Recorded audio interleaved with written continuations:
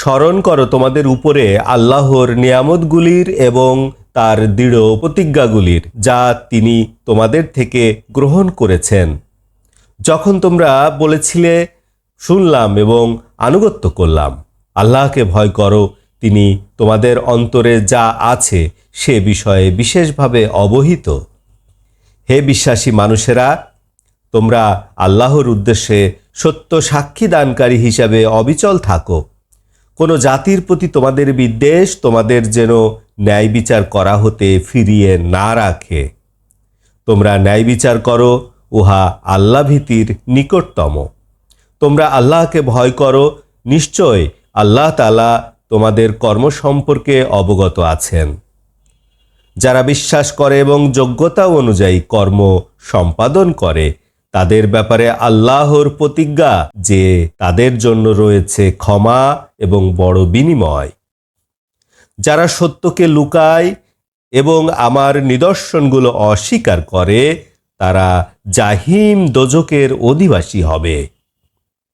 হে ঈমানদারগণ, স্মরণ করো তোমাদের উপরে আল্লাহর অনুগ্রহের কথা, যখন একটা সম্প্রদায় তোমাদের প্রতি তাদের হাত সম্প্রসারণ করেছিল। অতঃপর আল্লাহ তাআলা তোমাদের থেকে তাদের হাতকে ফিরিয়ে রাখলেন। তোমরা আল্লাহকে ভয় করো, মুমিনদের কর্তব্য আল্লাহর উপরে নির্ভর করা। নিশ্চয় আল্লাহ তাআলা বনি ইসরায়েলদের থেকে প্রতিজ্ঞা গ্রহণ করেছিলেন এবং আমি তাদের মধ্যে 12 জন সর্দার নির্বাচন করেছিলাম।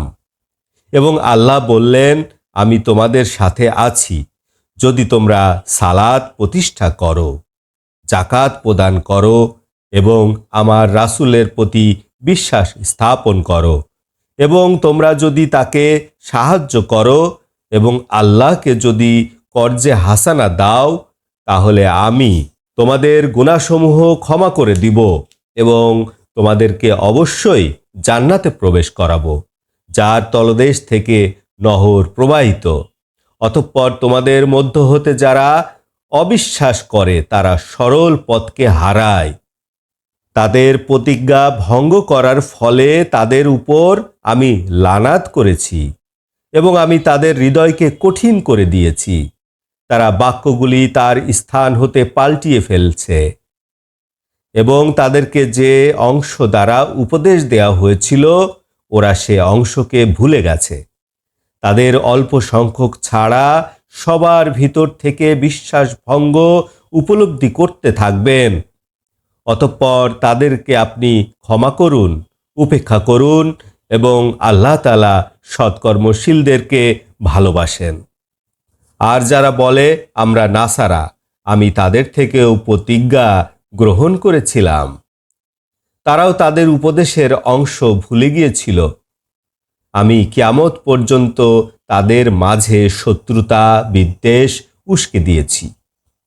অচিরেই আল্লাহ তাআলা তাদেরকে জানিয়ে দিবেন যে তারা কি করছিল।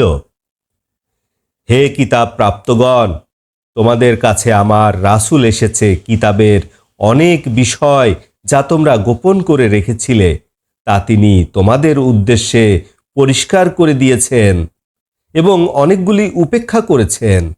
অবশ্যই আল্লাহর পক্ষ থেকে তোমাদের কাছে আলো এসেছে এবং ব্যাখ্যা দানকারী কিতাব এসেছে।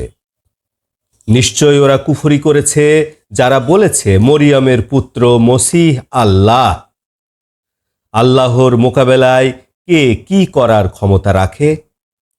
যদি তিনি ইচ্ছা করেন, মরিয়মের পুত্র মসিহকে ধ্বংস করে দিবেন। আকাশ পৃথিবী এবং তার মাঝখানে যা কিছু আছে সব কিছুর সার্বভৌমত্ব আল্লাহর। তিনি যা ইচ্ছা তাই সৃষ্টি করেন। আল্লাহ সব কিছুর উপর ক্ষমতাবান। ইয়াহুদি এবং নাসারারা বলে আমরা আল্লাহর পুত্র এবং আল্লাহর প্রিয়। আপনি বলুন, তোমাদের পাপের জন্য আল্লাহ তাআলা তোমাদেরকে কেন শাস্তি দিচ্ছেন? তোমরা অন্যান্য সৃষ্টির মতো মানুষ। তিনি যাকে ইচ্ছা ক্ষমা করেন, যাকে ইচ্ছা শাস্তি দেন। আকাশ পৃথিবী এবং তার মাঝে যা কিছু আছে সব কিছুর সার্বভৌমত্ব আল্লাহর এবং সবাই আল্লাহর কাছেই ফিরে যাবে। হে কিতাবধারীগণ, অনেক রাসূলগণের বিরতির পর তোমাদের কাছে আমার রাসূল এসেছেন। তিনি সবকিছু তোমাদের জন্য পরিষ্কার করে দিচ্ছেন, যেন তোমরা বলতে না পারো যে আমাদের কাছে কোনো সুসংবাদদাতা এবং ভয় প্রদর্শনকারী আসেনি। অবশ্যই তোমাদের কাছে সুসংবাদদাতা এবং ভয় প্রদর্শনকারী আসলো। আল্লাহ তাআলা সব কিছুর উপর ক্ষমতাবান।